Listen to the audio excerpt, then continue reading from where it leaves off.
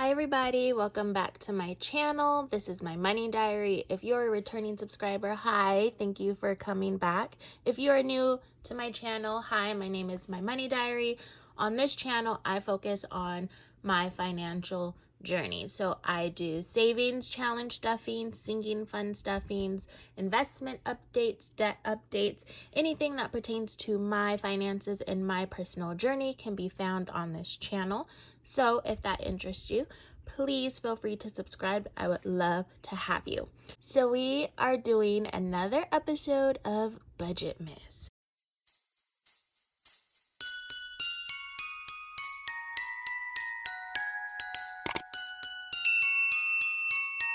So today's video, I'm going to talk about the financial accounts that I use for my daughter.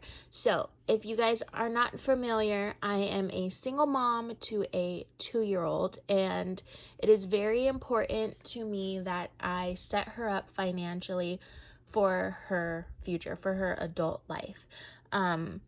Because I don't have that support from her dad, I just want to make sure that she is taken care of in adulthood. If anything were to happen to me, I just want her to be financially secure. I just want to make sure that she is okay. And so I made a promise to her that I would do everything in my power to make sure that she is secure in her life. So with that being said, I do get a lot of comments asking about the different accounts that I have for my daughter. And so I'm going to just talk about them a little bit. I am by no means a financial expert. I don't have a degree in this. I am no guru. This is just things that I have picked up along the way, that I have learned from following other people, things that I have Googled. So do not take what I say, what information I give in this video for face value. Please do your research as well, because I, could have interpreted things wrong, or I could be remembering things wrong. So I'm just going to give an overview of what I am doing for my daughter. Also, feel free to follow me on Instagram at _my money diary, because I show in real time, like, numbers, like the balances that I have in my daughter's account, or if I get extra money, how I got that extra money, and what counts I'm going to fund that money into. So feel free to follow me on there. So first, my daughter has 3 different accounts, and I'm going to just run through the different accounts that I have for her. So she has a high yield savings account, she has an investment account, and she has a 529 account. So those are the 3 accounts that I plan on funding until she is an adult. So first, she has a high yield savings account. So the high yield savings account that I use for her is a credit union. I love credit unions. So my main bank is a credit union. So I set up an account for her. The interest rate for the credit union that she has is at 2.2, I think, right now. So it's pretty good. It's not the highest out there, but it's good. I'm going to keep her money in that one instead of like moving it over into Ally or like one of the higher interest rate accounts, just because I like credit unions. It's easy to get money out of credit unions. I could go to any credit union and pull out money from their ATM. It's just easy access. So I just want to keep her money in there. So if you don't know what a high yield savings account is, they're also known as HYSA, high yield savings account. So it's a type of savings account that earns interest at a higher rate than an average savings account. So if you are not familiar, this year has been great for high yield savings accounts. Ally, Capital One, Sofi, those are like online banking accounts, except for Capital One. I think they have some like freestanding stores, but Ally, Sofi, things like that, those are online savings accounts. So you would, bank online with them, and then they give you money, a percentage for every month for having your money in that account. So like I said, Ally, I think right now is at 2.35.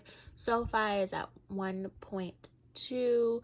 The credit union that I'm banking with for my daughter is at 2.2. I don't know what Capital One is, and I know there's others out there. I just am not familiar with what their interest rates are. So those are pretty good interest rates. Now, the credit union that I personally bank with, their interest rate sucks right now. I think their interest rate is 0.25.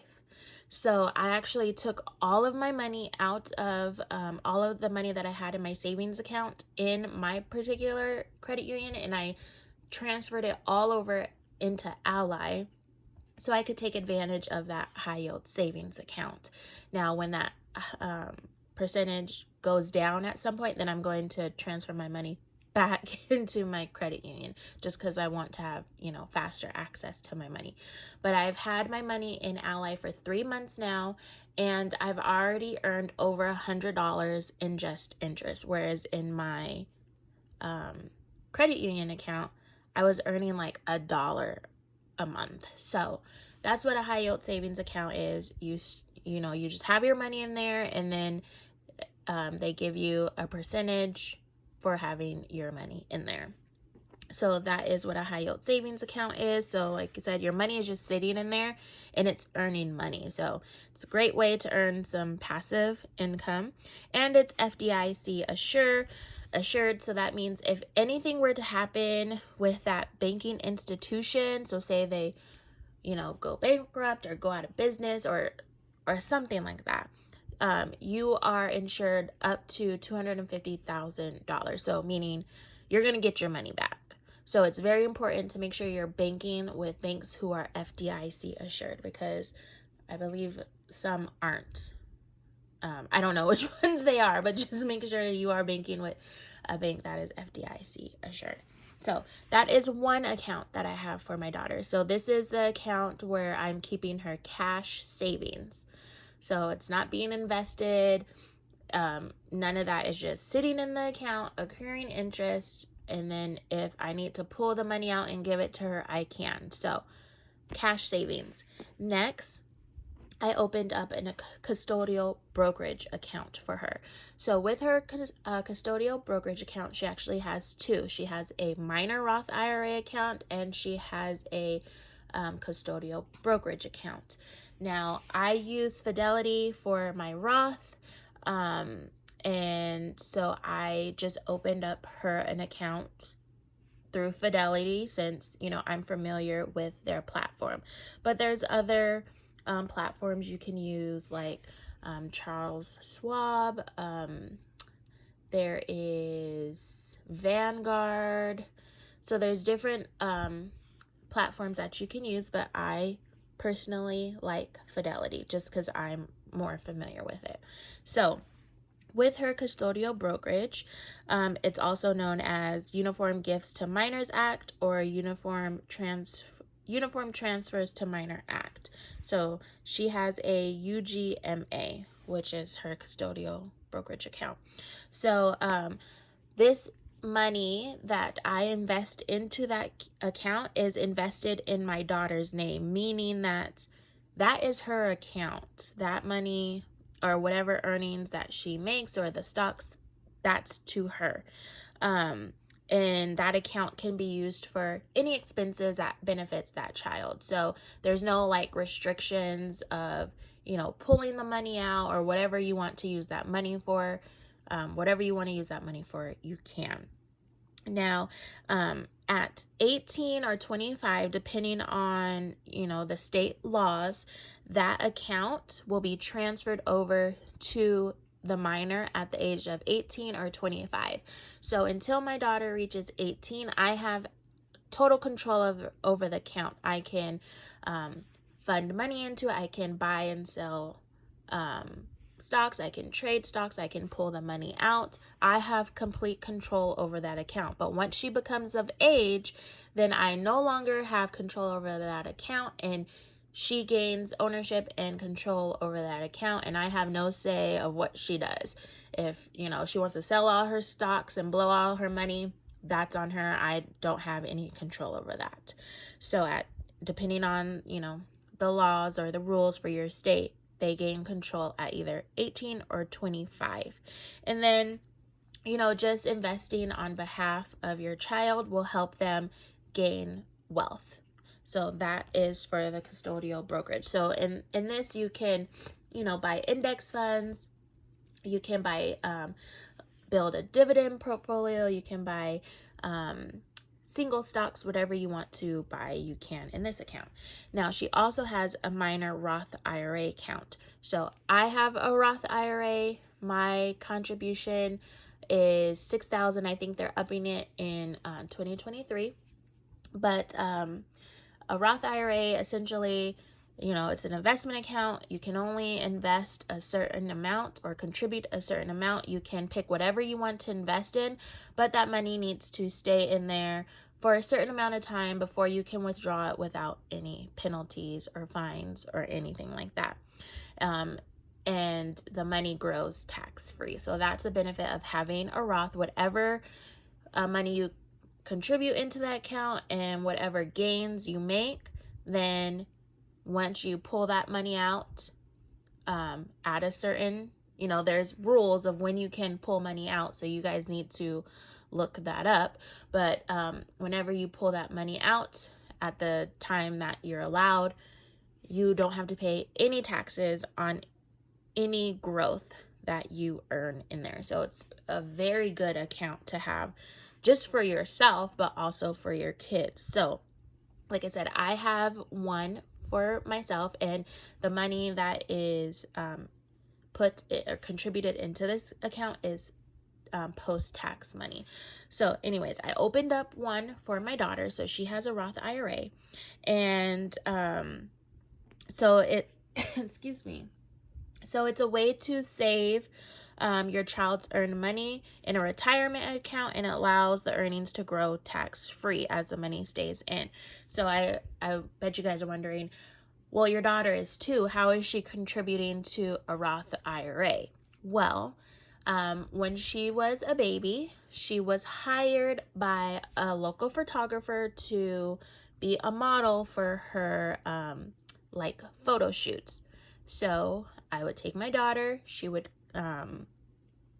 model like the setup for the photographer, and then we would get compensated for that. So that was a job for her. So I took those earnings and I contributed to her Roth IRA. So as long as your child has earned income, they can you can put the money into their Roth IRA. So some things that your children can do if they're like younger than 16 and don't have like a real job, they can do modeling, they can do babysitting, they can mow people's lawns, they can deliver newspapers, they can just anything that they're doing, any service that they're offering that they're getting paid for is considered earned income. Now, she hasn't been doing any modeling type gigs lately, so I have not been contributing to her Roth IRA, but if she were to ever start doing it again, then I would start, putting more money in there. Now, like I said, you have to look this up for yourself because there are like rules, and if you don't want to get, you can get audited or whatever. I made sure that I put, just look in the rule, just look to see, if you have to report the taxes. That's all I'm going to say with that. Just look that up. But yeah, so she has a custodial brokerage account, and then she has a Roth IRA account, which, like I said, I haven't been contributing yet since last year, but once she starts having earned income again, I will start putting money back in there. And then the last account that she has is a 529 college savings plan. Now, this is a tax advantage savings account designed to be used for the child's educational expenses. Now, every state has their own like 529 college plan. You can pick whatever plan that you want, but just for like tax purposes and things, it's probably just easier to pick the plan that your state provides. So I live in California, so that's the plan that I have for my daughter. So the money that is in this account, you fund, and then it's invested into the stock market. And the only thing about this account is it can only be used for educational expenses. So it can be used for college expenses. If your child is in like a private school, K through 12, and you have to pay tuition, it can be used for certain apprenticeships, certain student loan repayments. Again, research it, look it up. But those are some of the things that can be that this money can be used for. So since it is invested in the stock market, it is making gains. So once your child is of college age or whatever, they can take that money and apply it to their tuition, and they don't have to pay any taxes or anything like that on this account. However, if let's say if my daughter decides college isn't for her, she doesn't want to go to school, that's fine and dandy.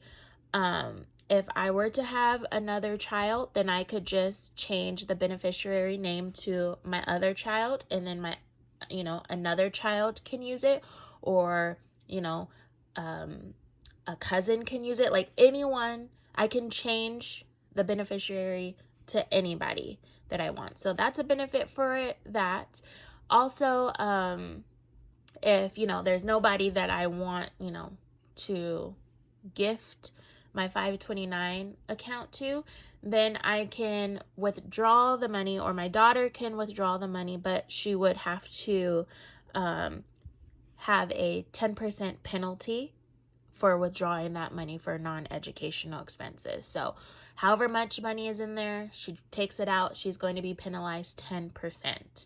So that's that. And then one thing that I like about this is, excuse me, family and friends, they can directly contribute to this account. So the account that I have, I can get a little like URL like link, and I can send it to family and friends. I can include it on a birthday invitation or something like that, and that way the family member or the friend can go directly to that link and then contribute money into her account. So that is her college account. Now, my plan for my daughter is I want to save at least $3,000 every year until 18 or 25. So no matter what, I want to make sure I budget $3,000 for my daughter, and that is going to be broken up into her three accounts. So $1,000 to cash savings, $1,000 to her investment accounts, and $1,000 to her college account. So that is a non-negotiable. I want to make that happen for her, so I'm just going to work that into my budget. Now, once I hit $1,000 into those accounts that I've taken out of my paychecks, I'm going to stop. I'm not going to put any more money unless like I receive a raise or something. But I'm not going to put any more money into her accounts out of my paychecks. But I will continue to fund those accounts if I receive money for her birthday, for Christmas. I like to sell her old clothes and shoes and toys. So any money that I make off of selling her old things, I do not keep it for myself. I give it back to her. So I will fund her accounts using that money. We also recycle. So any cans or bottles that we take in to get recycled, we give it to her, and then we fund her accounts that way. So ideally her accounts will get funded more than $1,000 every year, or more than $3,000 every year, but the minimum is going to be $3,000. So that's my plan of, how much I want to save for her. And then as she's growing up, I want to teach her and expose her to money, so that way she's familiar with it. So that way, when she turns 18 and has this money at her disposal, she's responsible with it. I want to be able to, just teach her things that I know now that I didn't know at her age. I want her to be financially literate and responsible. And so, as she's growing up, I just plan on teaching her about money. So like right now, when I go to the recycling center, I bring her with me and I have her sort the cans and the bottles, so that's, teaching her, how to work. And then I have the person that is working at the recycling center give her the money, so that way she knows, like, oh, I did this work and I got compensated for her. She's only 2, so, so that's a way that I kind of expose her to money. I like for the recycling center to give us all change. Sometimes they don't, they give us dollar bills, but if they're able to give us change, I like for them to give us change, because she has a piggy bank. I would show you guys, it's super cute, but it has her name on it, and I don't want to show that, but she has a piggy bank, so she fills up the piggy bank with the coins, and as she's putting the coins in there, I'm showing her, this is a quarter, this is 25 cents, this is a penny, this is worth 1 cent, things like that. So she's being exposed to money that way. She's learning the value of the coins. Also, my parents, if they have change left over from going shopping, they'll give it to her as well. And then, she gets excited. She'll run to her room, get her piggy bank, and she'll put the coins in there. So that's some ways that I expose her to money. Also, when we're at the store, if she picks out something from the Dollar Tree, I give her $1 and, I'll say, okay, it's time to check out. We have to pay for, the toy. So then she'll give the cashier her money. That's another way. And then, when she's a little bit older, I want to start the 3 fund system. So I've seen where you take 3 different jars. There's a save, an invest, and I think it's either give or spend. Don't quote me on that. But essentially, when the child has money, they divvy up how much money they want to save, how much they want to spend, and how much they want to give. So I plan on doing that with her as well. And then when she is old enough to actually start working, I plan to, teach her about investing, saving some of her paycheck. I want to talk to her about taxes and credit cards and building credit and, things that we weren't taught in school that I feel like we should have been taught in high school. I want to make sure she's well aware of all of that before she enters adulthood and starts making, financial mistakes. I want her to, like I said, be financially literate. And then also just staying consistent. Like I said, I want to minimum save $3,000 for her every year. I want to do that until she's in adulthood. So I just want to stay consistent, not only with me, but with her. And then, so some goals that I have for her, the financial goals, is when she's 18 years old, I want to have at least $54,000 saved up for her. So that's about $18,000 that I contributed from my own checks into her 3 different accounts. Mind you, I anticipate her having well over $54,000 because you have to take in consideration any gains that she's made in those accounts, and then funding those accounts from outside sources. So minimum, she should have $54,000 in her accounts by the time she's 18. Now, by the time she's 25, this is when I'm going to cut her off and I'm not, my job is done, right? I want to have at least $75,000 in her account. So if I contribute $1,000 into every account for 25 years, she should have at least $25,000 in every single account, totaling $75,000. Now, she should have, like I said, way more than that because of interest and any gains that she's made in the stock market and from outside sources funding those accounts. So she should have minimum $75,000 by the time she's 25 that I would have been able to gift her. Now, by the time she reaches these ages where, she has access to this money, like I said, hopefully she's financially literate enough to know, okay, I can't just blow this. I need to keep the momentum. I want my daughter to be able to reach FIRE or financial independence, retire early, way earlier than I have. I want her to be financially free,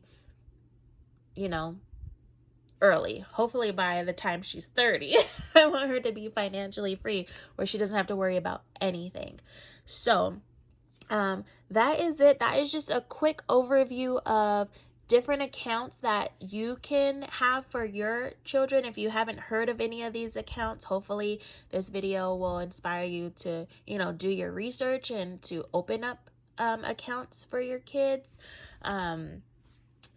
I want the best for my daughter, and I want to be responsible for, making her adulthood easier financially. So I hope this helps some of you guys. I'm super excited for my daughter. I'm super excited to see, what I can do for her, and I just want to build some generational wealth for my little family. And hopefully I can do that. So if this video helped you, please give it a thumbs up. Like I said, I am not a financial advisor. I'm no financial expert. Please don't bash me in the comments if I got some things wrong. Like I said, I'm still learning. This is just things that I've picked up. And if I missed anything or if I'm wrong about anything, just leave it down below just so I can look it up, so I can, further educate myself. Oh, and one last thing. So to fund these different accounts, I do savings challenges for my daughter.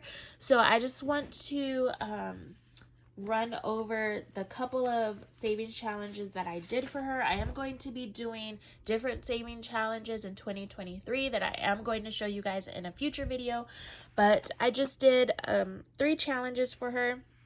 This one was $1,000 savings challenge to fund her high yield savings account. So every month I saved $83, but the last month I have to save $88.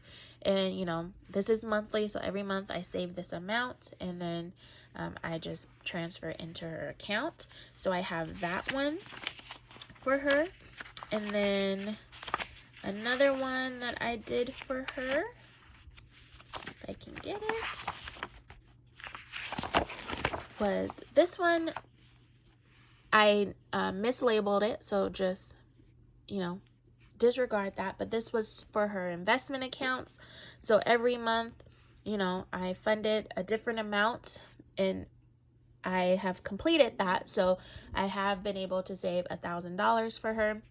And then for her 529, I actually have $50 auto transferred from my account into her account every month. And then I am just doing a little mini savings challenge here on top of the $50 every month that I transfer into her account, because 50 times 12 doesn't exactly get us to $1,000, so I had to supplement it with this savings account.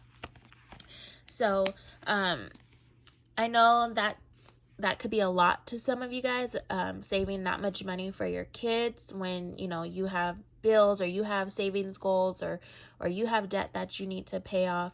But starting small, any little bit will make a difference in your child's life because they are young. So they have time on their side. They have time in the market.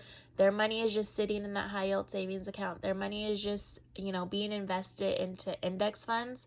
They have years and years and years and years and years for that money to grow. So even if you can only do $25 a month into your child's high yield savings account or $10 a month into an investment account, that is going to make a difference. That is better than nothing. Even if it's $5, that's better than nothing.